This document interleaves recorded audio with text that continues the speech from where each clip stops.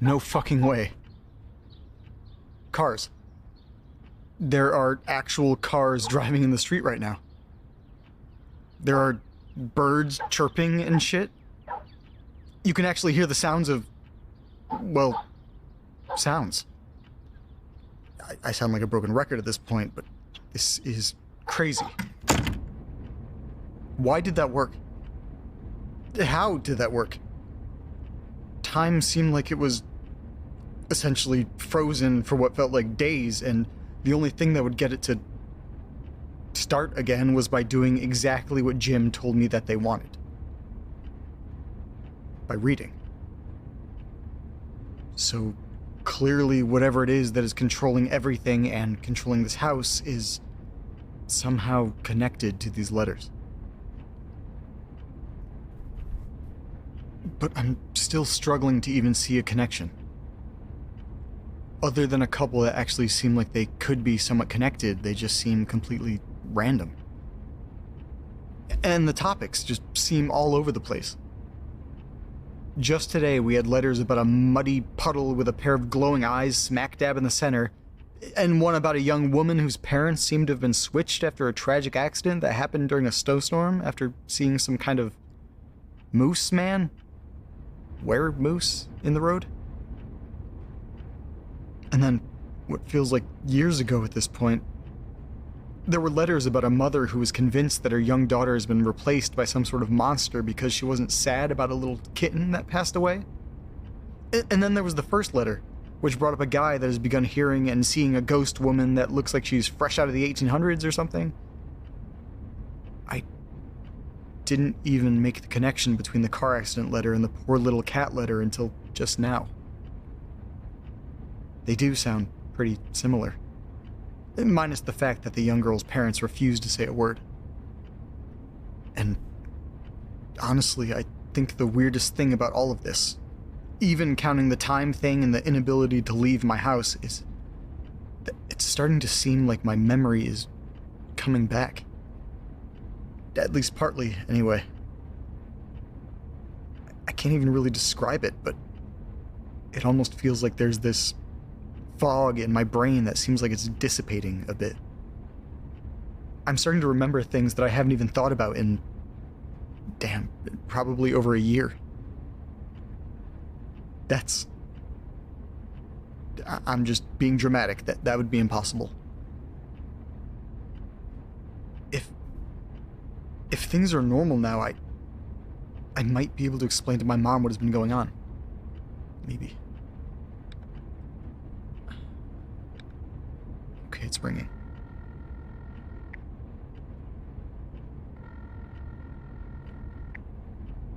Mom? Can you hear me? No, I'm fine. Do I? Sorry, it was a long night. A very, very long night. Sorry for calling so early. I forget about the whole time zone thing. I just really wanted to talk to you. By any chance, I've wanted to talk to you about it for a long time now, but I couldn't really find the right words to say. Mom, I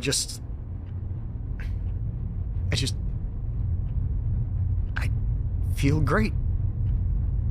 I woke up this morning and... Fuck.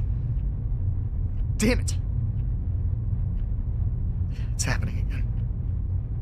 No, I'm sorry, Mom. Nothing is wrong. I'm sorry for swearing, I'm just overtired, I guess.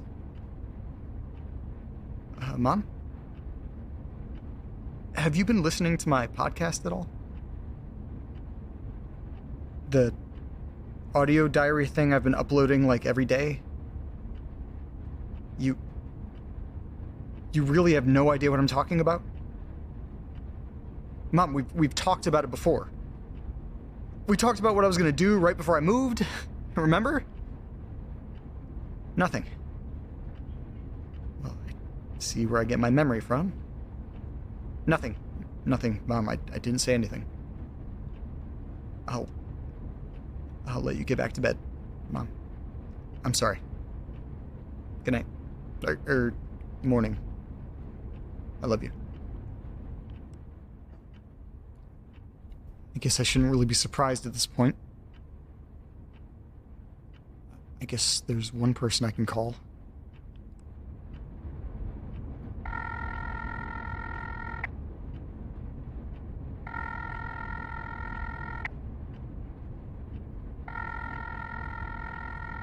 Hello?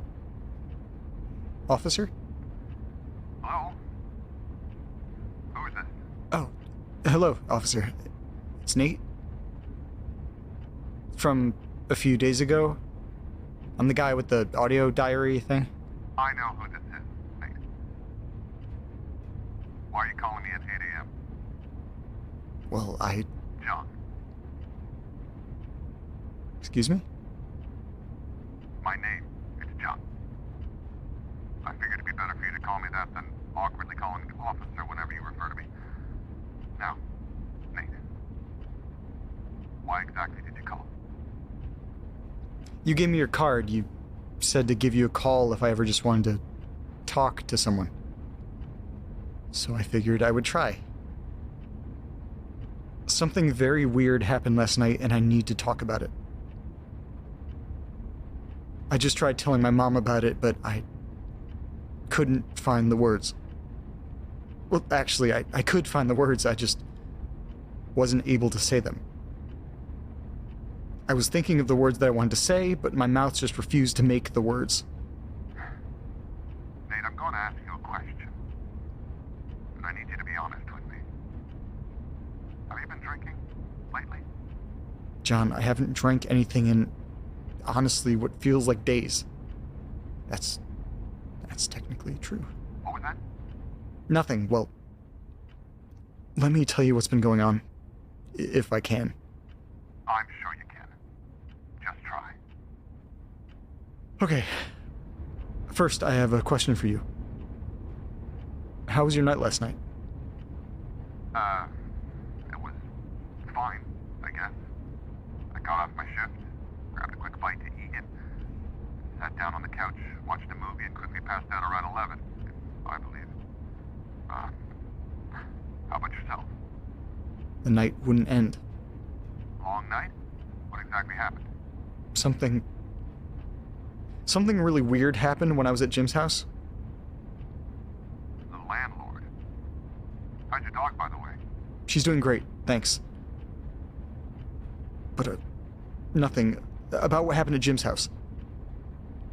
I don't think I told you this yesterday in the car. You mean when you admitted the whole breaking and entering thing? Yeah. A few of those missing persons posters in Jim's basement. They were pictures of his wife, Stacy. I've been living in this house for over a year and I have never seen or heard from Stacy. It was so long ago, but I think I remember Googling her. It said she has been missing for a while. I'm a little confused here, Nate. When I picked you up outside your house the other day, the Jim and who I assume to be his wife, Stacy, you said they were both outside when Jim offered to watch your dog for you. Exactly. I'm not following. Stacy was back. She was back and she had no idea that she was ever missing to begin with. I confronted Jim about that. And? He told me not to talk to her about it. He said it would crush her. Maybe she just happened to be working. Or out of the house whenever you would have had the opportunity to see her. And Jim was just kidding when he said it would crush her.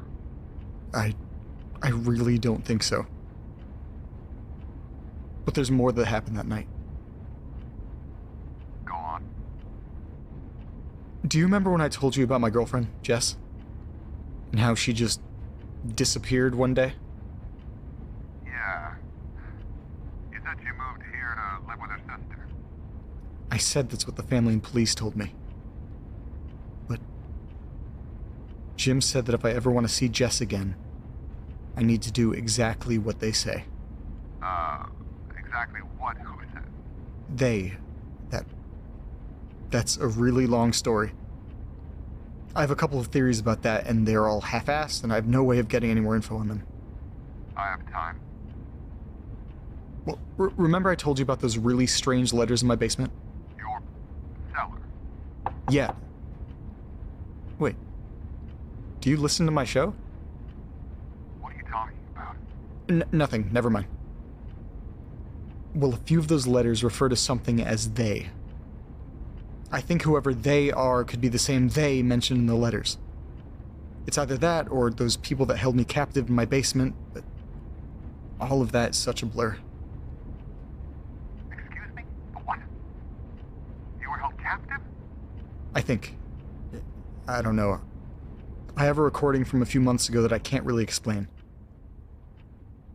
I was in the basement and I was scared, and there were these other voices too. Wait, so you have a recording of this? Yes, but even then, that recording and the letters don't really indicate at all what they want. Yeah, I'm gonna need you to play that recording for me sometime. I will. But there's more. As I left the house, Jim stopped me at the door and told me to keep reading before slamming the door in my face. Then I left with Bella, who went home and decided to drink. I was so stressed I just needed to relax a bit. More drinking, Nate? Yeah, but the night got so strange. I sat there at the table and got very, very drunk. Sounds about right. And then I got sick and went to lie down for a bit. I woke up from a small nap with a splitting headache. I checked the time and it was about 15 minutes later. I woke up and still had the crazy headache.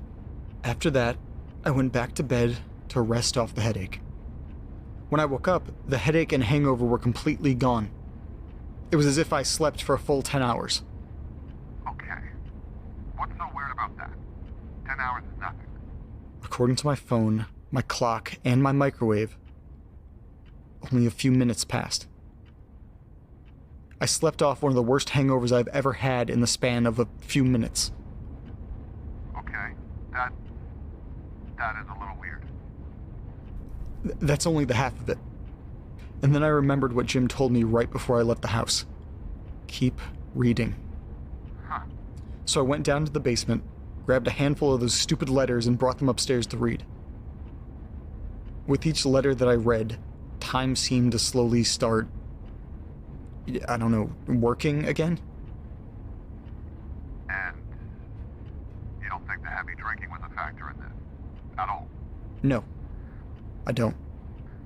Well, I don't really believe any of this, but it is interesting, to say the least. Have you tried, I don't know, Googling any of the weird events mentioned in the letters? Yeah, I have, and I have come up empty. Well, I mean, you know I'm a cop, right? Yes, I believe you've mentioned it once or twice. That means I have access to a little more information than you. I should be able to tell you whether we have any documentation or corroborating information for any of the things mentioned in the letters. Obviously, I wouldn't be able to comment on any sort of active investigation, but I... You would do that for me? Why? Like I said before, I find you fascinating. So when you get a chance, scan some of the letters that you've read and send them over to my email. I've listed it on the card I gave you. I have some downtime. Yeah, I'll look into it for you. Wow. Thank you. Thank you so much. Really, don't mention it. And in the meantime, why don't you grab more of those letters and keep reading them? Whether this is all in your head or not, reading those letters seems to be making you feel somewhat better. Oh. Okay, I will, officer. Officer was my dad's name. Please, call me John. Okay. Thank you, John. I'll send this over to you right now. Thanks. Oh, Nate, one more thing. What? Try and lay off the drinking. Seems like that's the common denominator with your episodes. Well, you heard the authorities. Back to the basement.